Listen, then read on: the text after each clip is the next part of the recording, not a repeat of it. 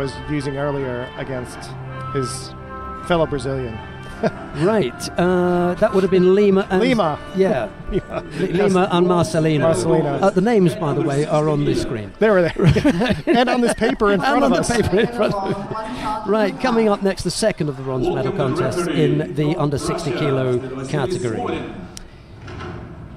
Salih Yıldız of Turkey goes up against Hakberdi Jumayev of Turkmenistan. It's Yıldız in the white janogi, Jumayev in blue. The referee in the middle for this one is Vasily Smolin Jr. of Russia. Gene.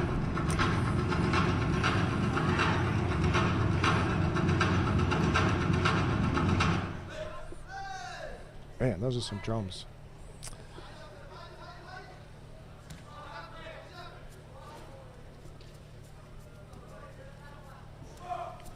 Oh, pretty. Nice side movement into an attack by Yıldız.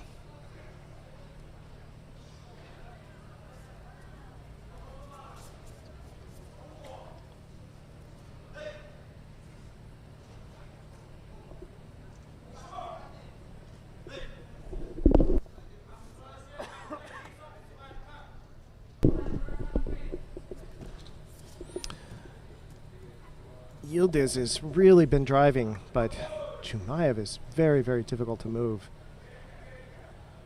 Yıldız, nevertheless, has 2 primary attacks so far. Jumayev is working hard on the newaza, but that does not really count in terms of how you determine who's passive or not, who's really engaged.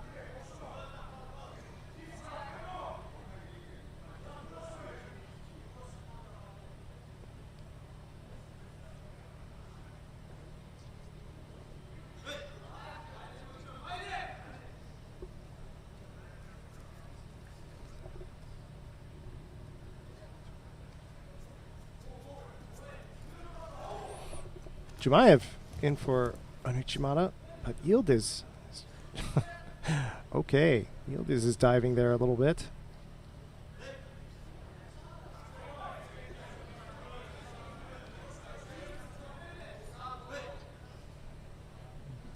I think that if he does that again, he's going to be in trouble. Nice. Tayotoshi. Very deep, very, very dynamic, but not enough.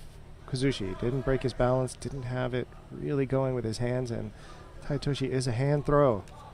It's not enough to just have the dynamic entry. And Yıldız in for his own very, very low kataguruma. But Jumayev scrambling. 2 very evenly matched players. Very similar styles of play as we've seen several times in the tournament so far.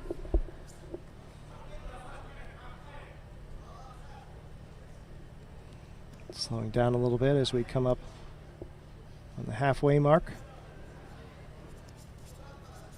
After that initial scramble.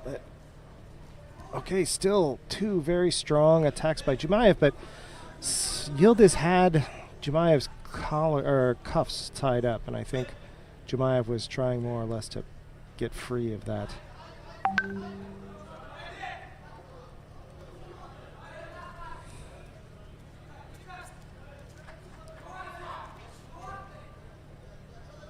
Jumayev coming in several times, trying to get that Uchimata, but again, his hands are not in the place where they need to be.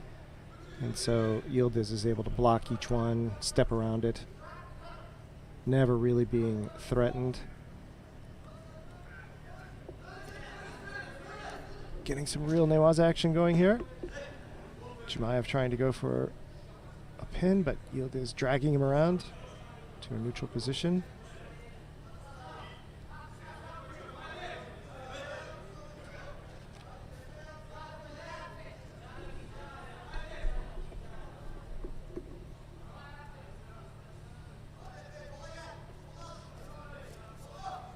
.120 left in the match. Oh, Yıldız, nice, in for that kataguruma. Very, very well placed for the ippon. Just took Jumayev right over.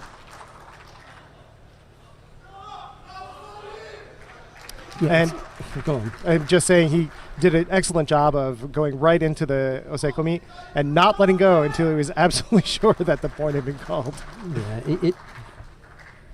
I think it's difficult to fault the fighters now who remain in osaikomi until they're told to get up, because, you know, as someone who's taught judo for a number of years, I would be a little bit put out with, you know, youngsters if, having signal nippon, they remained there looking around until someone else told them. However, given the frequency with which calls have been overturned, I'm not surprised that some of these fighters decide to do that. So I'm not going to fault that at all, but that was flat on his back, wasn't it? It was. And a good call. And he couldn't see it, of Vasily course. Smolin in the middle. Right. He couldn't see the call. Look how deep he gets here. And his head is perfectly placed. Look at that. Right in the armpit. Bringing him through. Nice elevation.